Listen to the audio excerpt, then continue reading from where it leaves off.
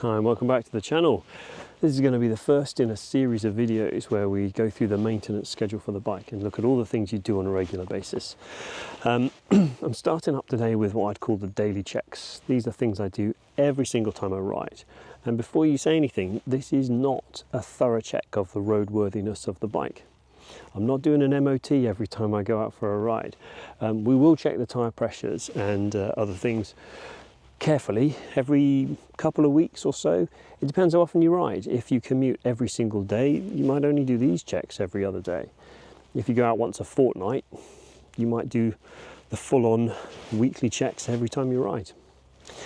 You're supposed to check the tyre pressure every time you ride, but nobody really does. These are actual habits that you can get into to check every time you ride and be that little bit safer. First things first, as we're coming up to the bike, just going to give the tyres a squeeze and have a little look at the tread. Now I know that is not the same as using a proper pressure gauge and measuring the pressure. We do that too, but this is just a quick idea that the bike hasn't had a puncture last time we rode it and gone flat overnight. You'd see the wheels close to the ground and the tyre would feel squishy. It's not a tyre pressure check. It's just a quick, did you get a puncture last time you rode? Check. Next up, I'm going to just grab the chain, give it a little move.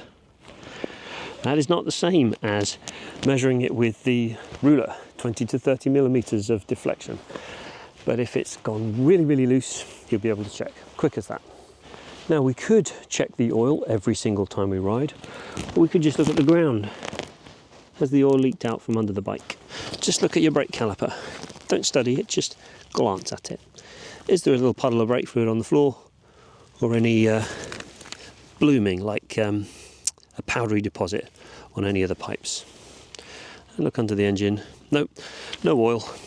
It's probably all still inside the engine. We're good. I am going to check the lights. And the reason for that is, on a bike, your lights are much more important for safety than on a car. On a car, you've got 2 rear lights and 3 brake lights, 2 headlights plus 2 side lights. If any bulb fails, people are still going to see where you're going. So just switch on the bike, flash the flasher, check the indicators left and right. You can actually see the rear indicators by standing over them. The only one you can't really see is the rear.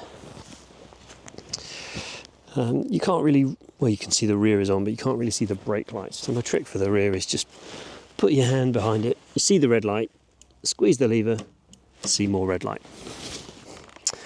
Let's see if we've got enough fuel for the journey. Let's have a quick look at the front brake reservoir and then look in the mirror. Look at this handsome devil here. Is he all right to ride? Tired? Drunk? No. Angry? No. We're good. Are you going out for a ride because you're mad at the world? Maybe think about doing something else. Finally, just as we go, let's start the engine. I'm just going to squeeze the front brake and check it works. As I go down my driveway, yeah, we'll just check that the brakes work. And that's it. Off we go.